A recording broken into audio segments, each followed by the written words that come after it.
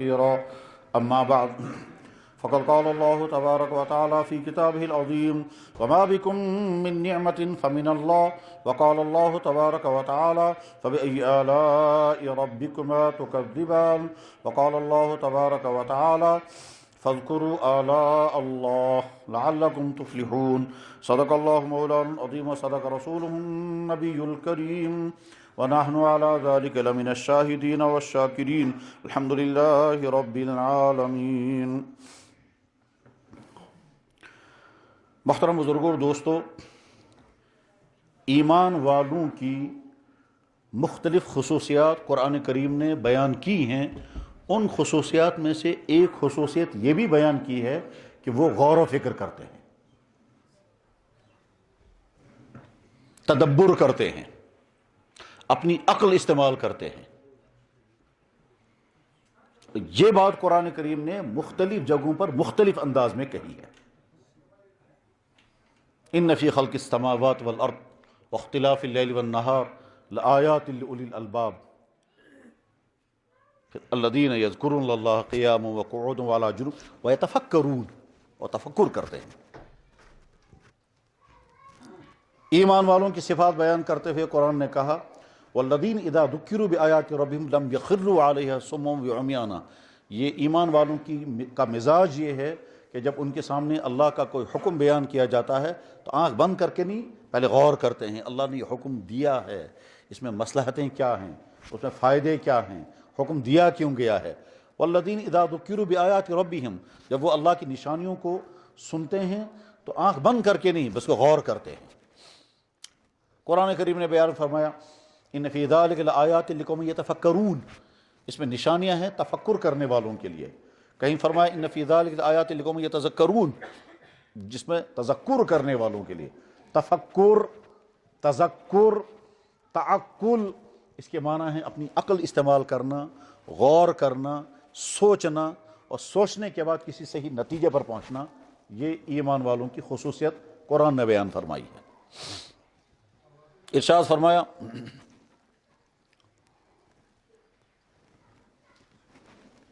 آسمان، زمین، ستارے، چاند، بادل، پانی، کشتیاں، زمین سے نکلنے والے طرح طرح کے اناج، ان تمام کو بیان کرنے کے بعد کہا: ان فی ذلک لآیات لقوم یعقلون. عقل والوں کے لیے اس میں بڑی نشانی ہے. ارشاد فرمایا: میں نے آسمان سے پانی برسایا، زمین سے طرح طرح کے اناج اگائے، زمین سے طرح طرح کے پھل اگائے. پھر فرمایا: ان فی ذلک لآیات لقوم یتفکرون. اور آگے فرمایا: میں نے رات و دن تمہارے لیے مقرر فرمایا. پھر کہا اس میں: ان فی ذلک لآیات لقوم یعقلون. تو کبھی عقل، کبھی تفکر، کبھی غور، کبھی سوچنا. ان فی ذلک لآیات لأولی الالباب، عقل والوں کے لیے اس میں بڑی نصیحتیں ہیں. اس کے معنی یہ ہیں کہ اللہ تعالیٰ شانہ چاہتے یہ ہیں کہ ایمان والے اپنی عقل بھی استعمال کریں، اور غور و فکر کرنے کے نتیجے میں وہ وہاں تک پہنچیں گے جہاں میں ان کو پہنچانا چاہتا ہوں. لیکن یہ ہوگا کیسے؟ یہ ہوگا تب جب انسان کا مزاج بنے غور کرنے کا. اور جب مزاج بنے گا غور کرنے کا تو قدم قدم پر خدا کی عجیب عجیب نشانیاں نظروں کے سامنے آئیں گی. قدم قدم پر وہ تمام چیزیں جو اللہ کی بہت بڑی بڑی نشانیاں ہیں، ہمارے غور نہ کرنے کے نتیجے میں بڑی غیر اہم ہوتی، اس کی کوئی اہمیت ہی نہیں ہے. اور جب اس پر ذرا سا بھی انسان غور کرنے لگتا ہے تو اللہ کی عظیم قدرت اور عظیم نشانی بن کر سامنے آتی ہے. تو اس وقت کی یہ جو گفتگو ہوگی بس یہ غور و فکر کی گفتگو ہے، معلومات کی گفتگو نہیں ہے. انسان جب تقریر کرتا ہے تو تقریر کی قسمیں ہیں الگ الگ. کبھی معلوماتی تقریر ہوتی ہے تو اس میں انسانوں تک معلومات منتقل، انفارمیشن، نئی نئی باتیں معلوم ہوں گی. اور کبھی تقریریں الگ الگ قسم کی ہیں. کبھی ہوتی ہے تقریر، کبھی ہوتا ہے وعظ، کبھی ہوتا ہے لیکچر. اور ان دونوں تینوں چیزوں میں فرق ہے جو سب لوگ فرق نہیں کر پاتے ہیں یا سب لوگ نہیں سمجھ پاتے، لیکن بہت بڑے بڑے فرق ہیں ان سب کے اندر ہیں. تو اس وقت کی جو گفتگو ہے یہ صرف غور و فکر کی گفتگو ہے. اس غور و فکر کی گفتگو کو ہم یہاں سے سٹارٹ کرتے ہیں کہ اگر اللہ تعالیٰ شانہ ہم کو پیدا نہ کرتا تو ہم کیا کرتے؟ کہ جب آپ کچھ بھی نہیں کر سکتے تھے، کیونکہ جب ہم تھے ہی نہیں تو کرتے کیا؟ کیا کم سے کم درخواست دے سکتے تھے خدا کو ہم کو پیدا کر دیجئے؟ کہ درخواست کیسے دیتے جب ہم تھے ہی نہیں؟ تو درخواست کیسے دیتے؟ کیا ہم ڈیمانڈ کر سکتے تھے اللہ سے آپ ہمیں پیدا کر دیں؟ کہ ڈیمانڈ کیسے کرتے؟ جب وہ ہمارا وجود ہی نہیں تھا تو ڈیمانڈ بھی نہیں کر سکتے تھے۔ تو اس کے معنی یہ ہیں کہ ہمارے پیدا ہونے میں ہماری نہ چاہت کا کوئی دخل ہے، نہ ہماری کسی ڈیمانڈ کا کوئی دخل ہے، نہ ہم نے کوئی مطالبہ کیا ہے، نہ ہم نے کوئی درخواست دی ہے۔ ہمارے پیدا ہونے میں صرف خدا کے فیصلے کا دخل ہے۔ انسان بیمار ہوتا ہے، بیمار ہونے میں اللہ کی طرف سے شفا آتی ہے، دوائی انسان بھی کھاتا ہے، ڈاکٹر کے پاس وہ بھی چل کر کے جاتا ہے، ڈائگنوزنگ کے بعد ڈاکٹر دوائی دیتا ہے، یہ کھاتا بھی ہے۔ ٹھیک، تو کچھ نہ کچھ تو انسان نے بھی کیا، شفا اللہ کی طرف سے آئی، مگر کچھ نہ کچھ قدم انسان نے بھی بڑھائے۔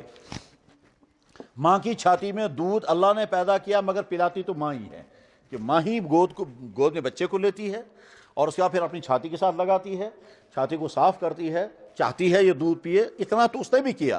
مگر ہمارے پیدا ہونے میں ہماری کسی محنت کا کوئی بھی دخل نہیں ہے، یہ صرف اللہ کا فیصلہ ہے۔ اگر اللہ نہیں چاہتا تو ہم دنیا میں آ ہی نہیں سکتے تھے۔ تو پہلا مرحلہ یہ ہوا۔ اس کے بعد جب ہم پیدا ہونے کا ہمارے متعلق فیصلہ ہوا، تو اگر اللہ یہ چاہتے کہ ہم کو جانوروں میں پیدا کرتا، اور جانوروں میں درندے بھی ہیں، جنگلی جانور بھی ہیں، خطرناک قسم کے جانور بھی ہیں، نالیوں کے کیڑے مکوڑے بھی ہیں، ان میں سے کسی کے اندر پیدا کر دیتا تو ہم کچھ بھی نہیں کر سکتے تھے۔ لیکن اللہ نے ان کیڑے مکوڑوں میں نہیں، جنگلی درندوں میں نہیں، گندے جانوروں میں نہیں، ان جانوروں میں نہیں جن کا جسم بالکل ناپاک ہے، ہاتھ بھی نہیں لگا سکتے، جو کبھی پاک ہو ہی نہیں سکتے، ان میں سے کسی میں پیدا نہیں کیا۔ پیدا کیا تو انسانوں میں پیدا کیا۔ اس انسانوں کے اندر پیدا کرنے میں بھی ہماری کسی چاہت کا کوئی دخل نہیں۔ یا اللہ آپ ہم کو پیدا کرنے کا فیصلہ کر چکے ہیں، لیکن تھوڑی ہماری تجویز بھی آپ سن لیں۔ اب جب آپ پیدا کر چکے ہیں تو ہمیں آپ انسانوں میں پیدا کریں، جانوروں میں نہیں۔ ہم نے اس کی بھی درخواست نہیں کی، تو انسانوں میں پیدا کیا، یہ بھی اللہ کا اپنا فیصلہ ہوا۔ پھر جب انسانوں میں پیدا ہونے کا فیصلہ ہوا تو یہ بھی ہو سکتا تھا کہ کسی ایسے گھر میں اللہ پیدا کر دیتے جس گھر میں کفر، شرک، خدا کو نہ ماننا پایا جاتا ہو، اس گھر میں اللہ پیدا کر دیتے تو شاید ہو سکتا تھا ساری زندگی اسی کفر میں ہم گزار دیتے اور پتہ بھی نہیں چلتا کہ ہم کفر میں زندگی گزار رہے ہیں۔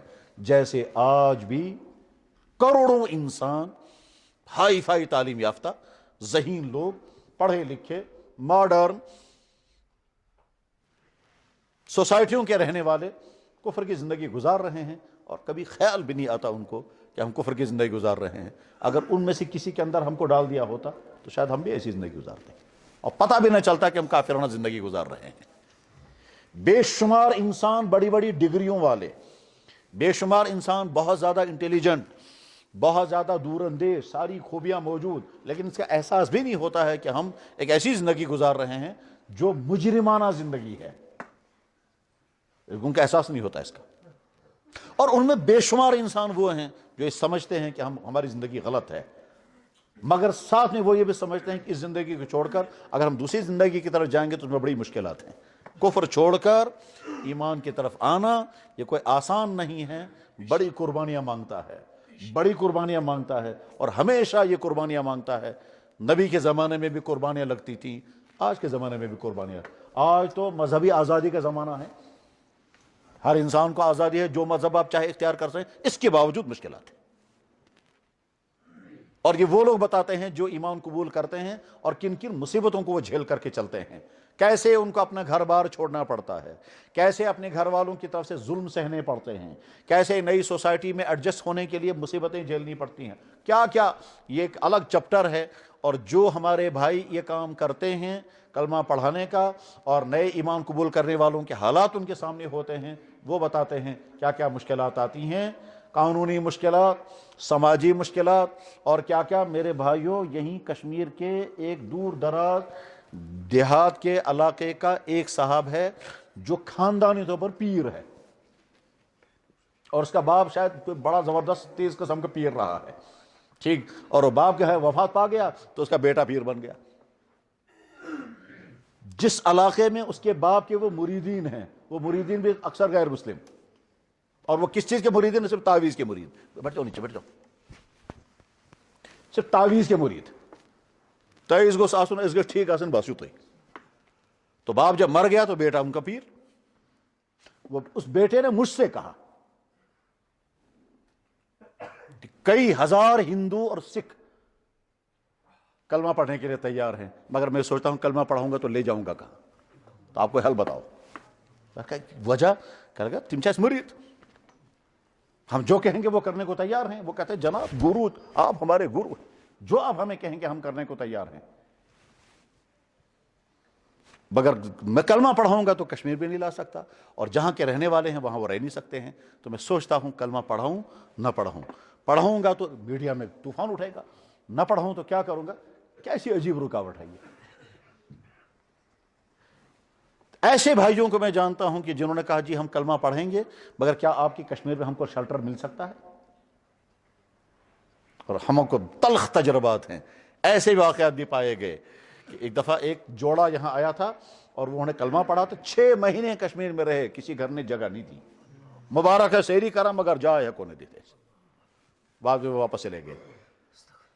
ٹھیک، اللہ نے ہم کو وہ امتحان نہیں ڈالا کہ کسی کافر کے گھر میں پیدا کر دیتے اور پھر کہتے دنیا میں کفر بھی ہے اور ایمان بھی ہے، راستہ کھلا ہوا ہے، جب تم کفر کو چھوڑ کر ایمان کی طرف آؤ گے تو میں تمہیں انعام دوں گا۔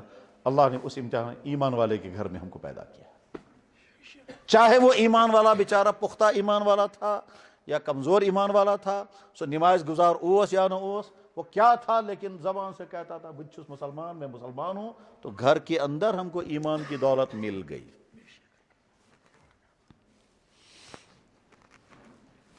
ابھی رمضان میں ایک صاحب مجھے ملے، وہ کہتے تھے میں آپ کو دلچسپ واقعہ سناتا ہوں، میں نے ایک ڈیبیٹ ہوتی دیکھی، وہ بھی یورپ میں، کہتا ہے میں نے ڈیبیٹ ہوتی دیکھی، ایک مسلمان پہلے تھا کرسچن، یہ بنا مسلمان، اور مقابلے میں کرسچن تھا، وہ تھا پہلے مسلمان، وہ کرسچن بنا ہے۔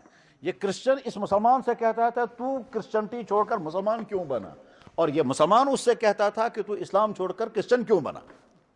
وہ کہتا تھا میں نے ٹھیک کیا، یہ کہتا تھا میں نے ٹھیک کیا۔ وہ کہتا تھا تو بیوقوف ہے کہ اسلام چھوڑ کر کے، یہ تو بیوقوف ہے کہ تو کرسچنٹی چھوڑ کر کے مسلمان بن گیا، اور یہ کہتا تھا تو نادان انسان ہے کہ تو نے اسلام کی دولت چھوڑ کر کے کرسچن بن گیا، اور یہ جو مسلمان بن کر اسلام چھوڑ کر کرسچن بنا تو وہ کشمیری ہے۔ اور یورپ میں جس شخص نے ان کا یہ ڈیبیٹ سنا وہ خود مجھ سے بیان کر رہے ہیں، کہ جب ہم وہ منظر دیکھ کر حیران ہو گئے کہ کافروں کے گھر سے نکلنے والا اسلام کے حق میں بول رہا ہے اور مسلمان کے گھر سے نکلنے والا کفر کے حق میں بول رہا ہے۔ اللہ نے اس امتحان سے ہم کو بچایا اور ایمان کی دولت گھر میں مل گئی۔ ہم اپنے گھر میں رہ کر کے ہم پڑھتے ہیں لا الہ الا اللہ محمد رسول اللہ، ٹھیک ہے ایمان کی دولت اللہ نے ہم کو، لیکن وہ بھی ایمان والے تھے جو موسیٰ علیہ السلام کی امت میں پیدا ہوئے، اور وہ بھی ایمان والے تھے جو عیسیٰ علیہ السلام کی امت پیدا ہوئے۔ اس زمانے میں وہ ایمان والے تھے، مومن تھے، وہ ان کا نام یہودی نہیں تھا، نصرانی نہیں تھا، ما کان ابراہیم یہودی ولا نصرانی ولکن کان حنیفا مسلما۔ اللہ نے یہودیوں کا نام یہودی نہیں رکھا، نصرانیوں عیسائیوں کا نام عیسائی نہیں رکھا، یہ نام انہیں خود رکھے ہیں۔ اللہ نے ہر اس بندے کو جس نے اللہ کو مانا اور اللہ کے بھیجے ہوئے وقت کے نبی کو مانا، اس کا نام اللہ نے مسلمان رکھا۔ اللہ نے ہر اس انسان کا جس نے اللہ کو مانا اور اپنے وقت کا جو نبی تھا اس کو مانا، اس کا نام مسلمان، اس کا نام نہ یہودی نہ عیسائی نہ کچھ اور، یہ تو انہوں نے نام رکھے ہیں۔ اب بیچ میں مسلمانوں نے بھی یہ بیوقوفی شروع کی تھی، مسلمانوں نے بھی یہ بیوقوفی شروع کی تھی، ہمارا نام محمدن، ہمارا نام محمدن نہیں ہے، ہمارا مسلمان۔ اور آج بھی بہت سارے غیر مسلم جو ہیں کہتے ہیں یہ محمدن ہے، ہمارا نام محمدن نہیں ہے۔ ہمارے دین کا نام کسی شخصیت کے ساتھ نہیں ہے۔ عیسائی حضرت عیسیٰ علیہ السلام کے اپنے آپ کو منسوب کرتے ہیں، یہودی یہودا کی طرف اپنے آپ کو منسوب کرتے ہیں، مسلمان اپنے آپ کو اسلام کی طرف منسوب کرتے ہیں، ہمارا نام محمدن نہیں ہے۔ اور یہ علی گڑھ مسلم یونیورسٹی کا جب نام رکھا گیا تھا تو اس وقت بھی غلطی ہوئی تھی، اینگلو عربک محمدن ایجوکیشنل کالج نام رکھا گیا تھا، محمدن ایجوکیشنل۔ بعد میں ہمارے علماء نے کہتے کیا محمدن ہے، ہمارا نام ہمارے نبی نے اپنی ذات کے ساتھ نہیں جوڑا ہے، حضور نے کبھی نہیں کہا تو محمدی ہو، انہوں نے کہا تو مسلمان ہو، تو ہمارا نام اسلام قرآن ہے۔ اللہ کو طاقت تھی کہ ہم کو اس دور میں پیدا کرتا ہے جس دور میں موسیٰ علیہ السلام تھے، مسلمان بناتے مگر موسیٰ علیہ السلام کی امت میں، عیسیٰ علیہ السلام مگر نہیں، اللہ نے پیدا کیا تو محمد رسول اللہ۔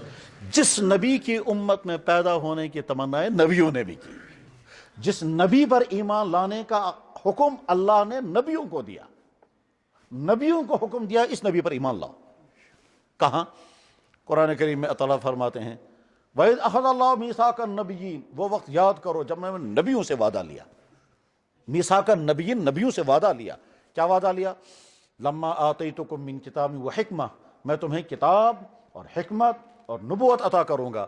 لما آتیتکم من کتاب و حکمت ثم جاء رسول مصدق لما معکم، پھر وہ بڑا بڑا رسول آ جائے. تم کو نبوت ملی ہوگی، پھر بڑا بڑا رسول آ جائے. ثم جاءکم رسول، عربی گرامر جو لوگ جانتے ہوں گے وہ سمجھ سکتے ہیں تنوین تعظیم کی ہے، اور تنوین تعظیم کا مطلب ہوتا ہے بڑا والا رسول، وہاں لفظ عظیم نہیں ہے.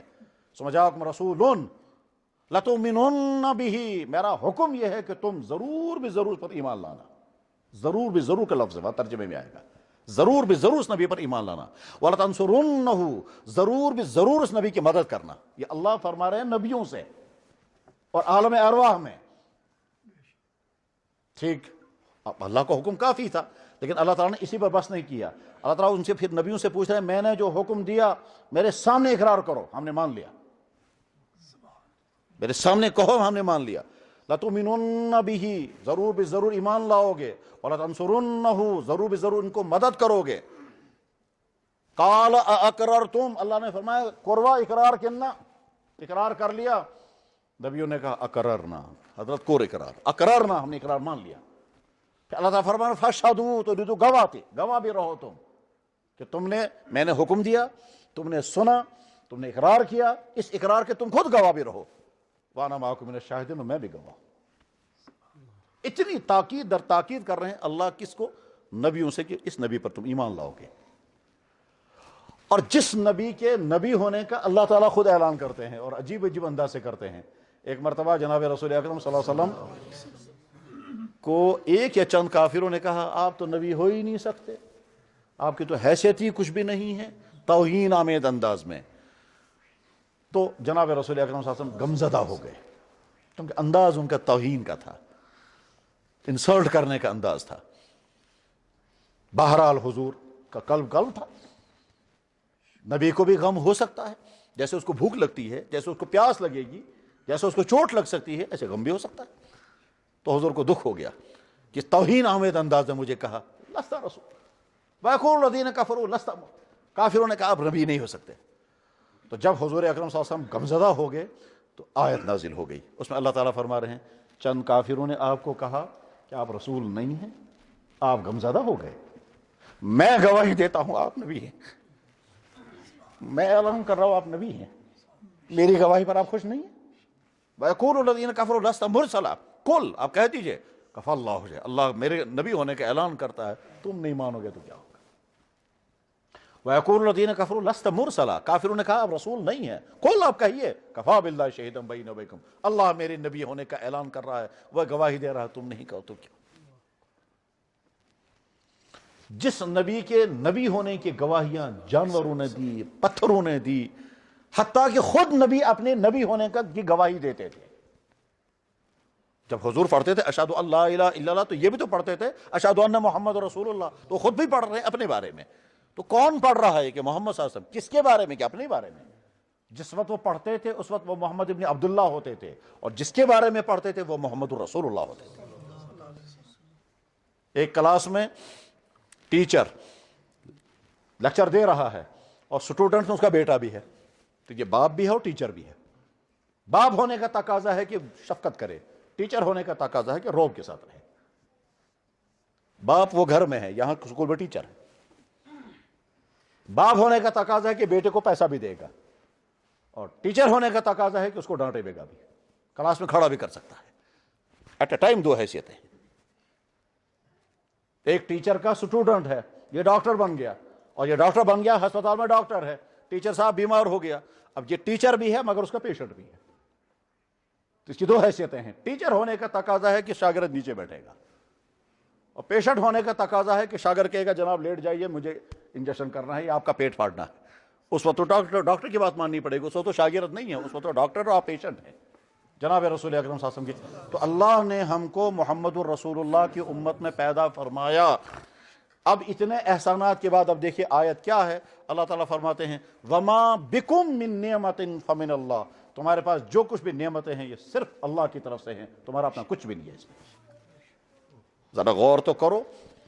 ٹھیک ہے تم نے مکان بنایا اس میں تمہاری محنت لگی, تم نے کپڑے سیے تو اس میں محنت لگی, تم نے بزنس کھڑا کیا اس میں تمہاری محنت لگی, تم نے کپڑے بنائے اس میں تمہاری محنت لگی, تمہارے بیٹے ہیں اس میں بھی تمہارا محنت کچھ نہ کچھ لگی ہے, شادی کی ہے, رشتے کیے ہیں, بیویاں آئی ہیں, آپس میں ملے ہو تو بس. لیکن تمہارے انسان بننے میں, تمہارے وجود میں آنے میں, تمہارے انسان بننے میں, تمہارے مسلمان بننے میں تمہاری کوئی محنت نہیں ہے, یہاں تک کہ درخواست بھی نہیں ہے تمہاری.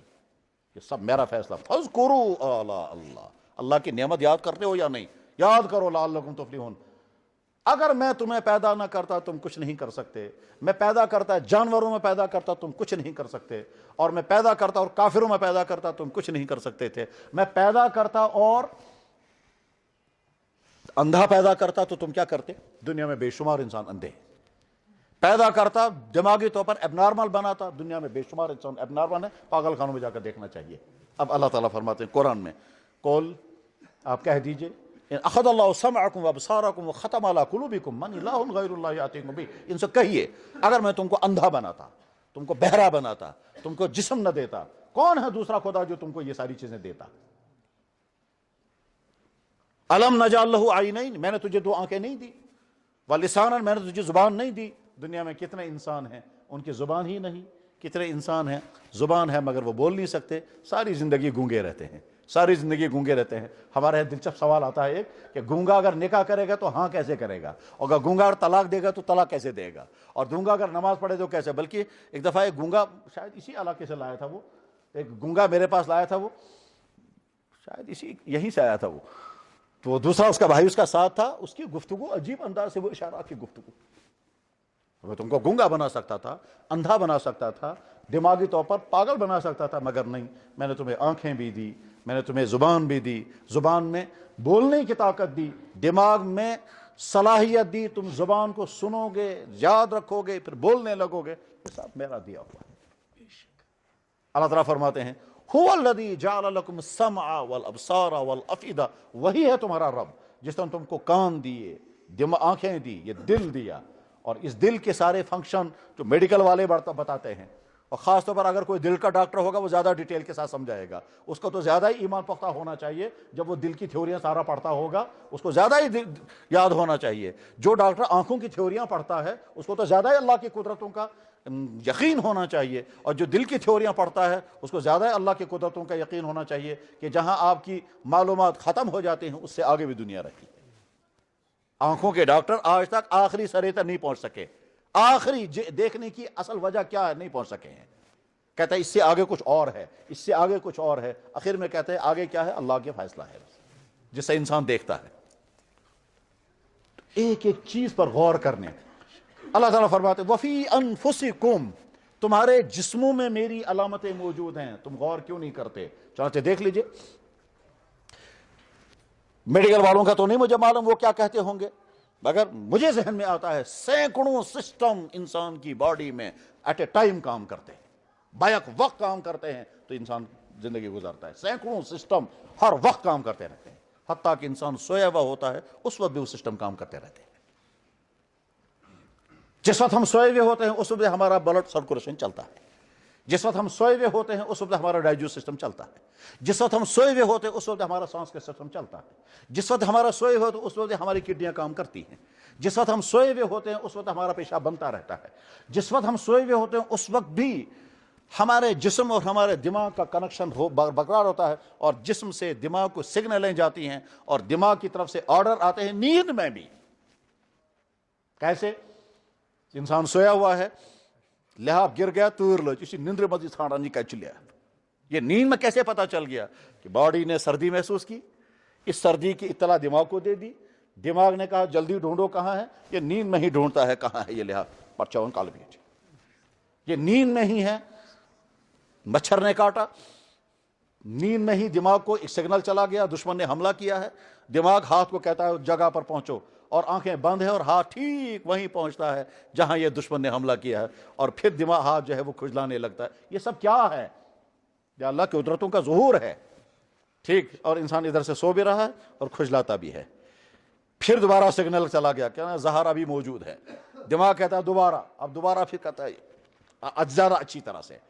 پھر جب کہتا ہے کہ نہیں زہر ختم نہیں ہوا، اب کہتا ہے دماغ اب اٹھ جاؤ، اب آنکھ کھولتا ہے، کہتا ہے میں کیا شکھا واری ہے، یہ سب کیا ہے؟ یہ وہی ہے، اللہ نے انسان کے جسم میں مواصلاتی نظام، یہ آج کہتے ہیں آپ مواصلاتی نظام، اللہ نے انسان کی باڈی کے اندر مواصلاتی نظام اتنا وسیع ترین بنایا ہے، ایٹ اے ٹائم انسان کا دماغ کئی کام کرتا ہے بیک وقت۔ آپ گاڑی میں جا رہے ہیں، خود گاڑی چلا بھی رہے ہیں، سامنے بھی نظر ہے، پیچھے بھی دیکھتے ہیں پیچھے سے گاڑی کون آ رہی ہے، اسی بیچ میں رنگ بھی آ گئی، موبائل بھی اٹھا رہے ہیں، اور گاڑی کے اندر جو آپ کے ساتھ آدمی بیٹھا اس کے ساتھ بات بھی کر رہے ہیں، تو بات بھی کر رہے ہیں، آگے بھی دیکھ رہے ہیں، بریک بھی لگا رہے ہیں، پیچھے بھی دیکھتے ہیں پیچھے سے کون ہارن بجا رہا ہے، اور دماغ ساتھ میں یہ بھی سوچتا ہے گھر کے لیے کیا لے جانا ہے، گھر والے انتظار میں ہیں، یہ دماغ ایٹ اے ٹائم یہ سارے کام کیسے کر رہا ہے؟ چھوٹا بچہ یہ سارے کام نہیں کر پاتا ہے، اس کا دماغ ایک ہی طرف رہتا ہے، کھیلنا ہے تو بس کھیل، باقی سب کچھ بھول جاتا ہے وہ۔ اللہ کی انسان کھانا کھاتا ہے، یہ کھانا جو ہے وہ اپنے معدے میں اتارتا ہے، ہم نے نہیں دیکھا ہمارا معدہ کتنا بڑا ہے، میڈیکل والوں کو پتا ہوگا کہ انسان کا معدہ کتنا بڑا ہے، ہم کو نہیں معلوم، لہذا ہم بتا ہی نہیں سکتے ہیں کھانے اس کیپیسٹی کتنی ہے اس تھیلے کے اندر۔ ہاں ہم کہیں گے سب ٹیسٹ بہت آ رہا ہے اور کھائیں گے اور لے لو، ایشور ہے میں تو مہربانی میں چن میں گنجائش نا بے چور ایسا نہ رٹوں سے ٹھیک، اور سب کچھ کھایا، اس کے بعد پھر اب وازوان 7-8 قسم کے کھانے کھائے، اس کے بعد اب حلوہ بھی اور کھانا ہے، کہتا ابھی نہیں، اب کچھ اور بھی کھانا ہے، یہ معدہ کہتا مجھے ہمیں نہیں معلوم ہے، لیکن میرے بھائیوں لیکن سمجھنے کی بات یہ ہے، چھوٹا بچہ پیدا ہوا، اس کو نہیں معلوم ہے کہ میرے معدے کی کیپیسٹی کیا ہے، ماں اس کو دودھ پلاتی ہے، اور اس کے بعد پھر جو ہی اس کا معدہ بھر جاتا ہے وہ دودھ چھوڑ دیتا ہے، اور اگر ماں اپنی چھاتی لگا کر کے رکھے گی وہ چپ ہو جائے گا، وہ چوسے گا نہیں، اور اگر اس کے باوجود اس کے منہ میں چلا گیا زیادہ دودھ تو الٹی آ جاتی ہے، اگر یہ اللہ الٹی نہیں لائے گا اس بچے کے معدے کا کیا بنے گا؟ کوئی حل نہیں ہے، چاہتے وہ کیا پچھوندمن ہے، اس کو الٹیاں آتی ہیں، کہیں کچا دودھ آتا ہے، کہیں پکا دودھ آتا ہے، پھر ڈاکٹر کہتا ہے کچا دودھ آئے گا تو یہ مطلب ہے، پکا دودھ آئے گا پھٹ مت دودھ اگر یہ تو یہ ہے، اور یہ انسان کے پیٹ کے اندر فوڈ پوائزن ہو گیا، اور جس وقت فوڈ پوائزن ہو جاتا ہے وہ ڈائجسٹ نہیں ہوتا ہے، ہفتے تک ایسا ہی رہے گا، وہ جو کھانا زہریلا بن گیا وہ ہضم نہیں ہوتا اور وہ اندر رہتا، اس کا ایک ہی علاج ہے، وہ ایک الٹی آ کر واز آ گیا، بس اور کوئی علاج نہیں ہے، وہ تو نیچے کے راستے سے باہر جا نہیں سکتا کیونکہ جب ڈائجسٹ ہوگا ہی نہیں، ایک ہی راستہ ہے وہ ایک ہی واپس آ جائے، اچھی انسان کرنا کوشش ہے یہ گوشت میں دروکیے، زندگی میں کبھی نہ کبھی اس کا تجربہ ضرور ہوا ہوگا، ٹھیک، مجھے بھی 3 مرتبہ ہوا ہے، اور جب 3 دن کے بعد وہ کھانا واپس آئے تو جوں کا توں وہ چاول کے دانے واپس آئے، اس وقت انسان بے قرار ہوتا ہے، بکس واپس کیوں نہیں ہے، اگر اللہ واپس نہیں لائے گا انسان کے پاس کوئی حل نہیں ہے، کوئی حل نہیں ہے، یہاں تک وہ زہر بنتے بنتے اندر سے سڑ جائے گا، بس اس کے بعد ایک خاص وقت آتا ہے تو الٹیاں آ گئے، سارا باہر آ گیا اور ایک دم انسان ریلیف محسوس کرتا ہے، بس یلا اللہ کی قدرت۔